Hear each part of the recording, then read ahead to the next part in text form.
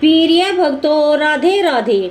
जब जब धरती पर पाप बढ़ा तब तब भगवान विष्णु ने अवतार लिया और दुष्टों का नाश किया।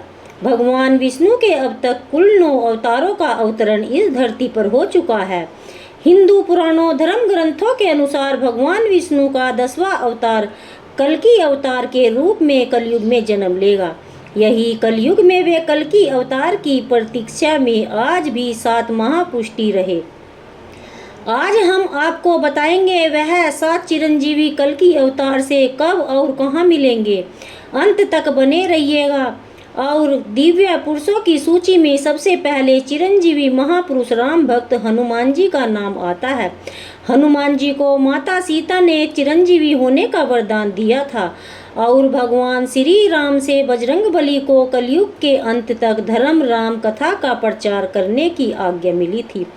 हनुमान जी के जीवित होने के प्रमाण आज भी कई जगहों पर मिलते हैं। महाभारत के वन पर्व अध्याय 151 के अनुसार एक बार भीम द्रौपदी के लिए पुष्प लेने गंधमादन पर्वत पर जा रहे थे।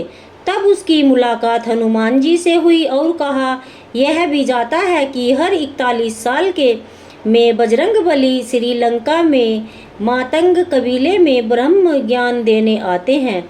कलयुग के अंत में जब पाप की सीमा बढ़ जाएगी तब भगवान कल्कि इस पृथ्वी लोक पर अवतरित होंगे। तब बजरंगबली एक बार फिर से भगवान कल्कि के रूप में श्री राम जी के दर्शन करेंगे। तब श्री राम द्वारा दिए उन वचनों और कार्यकाल भी समाप्त हो जाएगा। तो प्रिय भक्तों, परशुराम चिरंजीवी महापुरुषों की लिस्ट में दूसरा नाम परशुराम जी का आता है। परशुराम जी भगवान विष्णु के 6ठे अवतार हैं। चिरंजीवी होने के चलते उन्हें भी प्रमाण महाभारत काल में भी दिखे थे। आपको बता दें, परशुराम जी पिता महेश उपकरण गुरु द्रोणाचार्य के गुरु भी।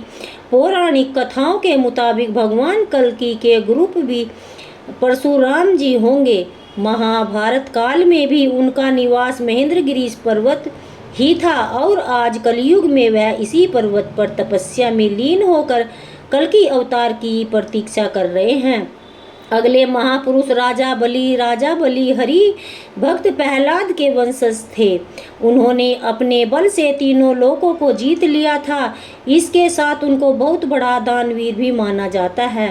पौराणिक कथाओं की माने तो भगवान विष्णु ने राजा बलि के घमंड को तोड़ने के लिए वामन अवतार लिया था। एक बार शरीर राजा बलि के यज्ञ में शामिल हुए। यज्ञ के दौरान सभी ब्राह्मण अपने लिए राजा बलि से कुछ दान मांग रहे थे। राजा पृथ्वी थे। तब ब्राह्मण देवता की बारी आई।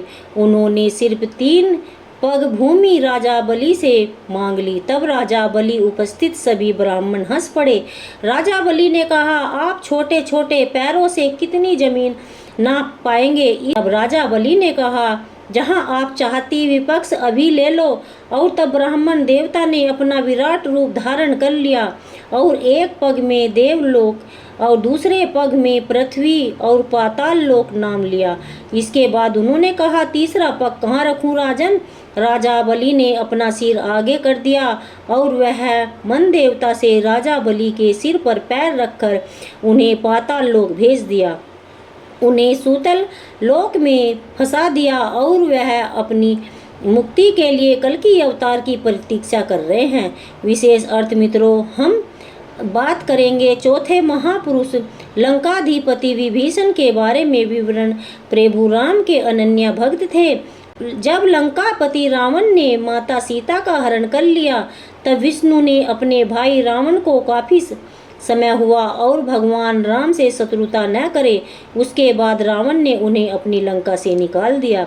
तब विष्णु भगवान राम की सेवा में चले गए और रावण को अधर्म का अंत करने के लिए धर्म का साथियों, यही कारण है कि भगवान श्री राम ने विभीषण को चिरंजीवी होने का वरदान दिया था, जो कि आज के युग में कलयुग के अंत तक जीवित रहेंगे। रामायण काल के बाद महाभारत काल में भी मिले थे।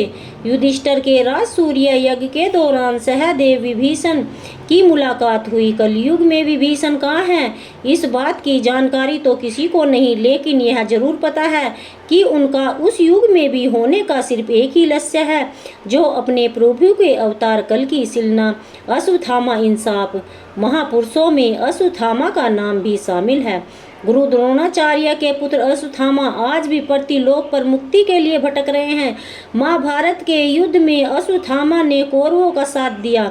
धर्म ग्रंथों के अनुसार भगवान श्री कृष्ण ने ब्रह्मास्त्र चलाने के कारण अश्वत्थामा को कलयुग तक भटकने का श्राप दिया था।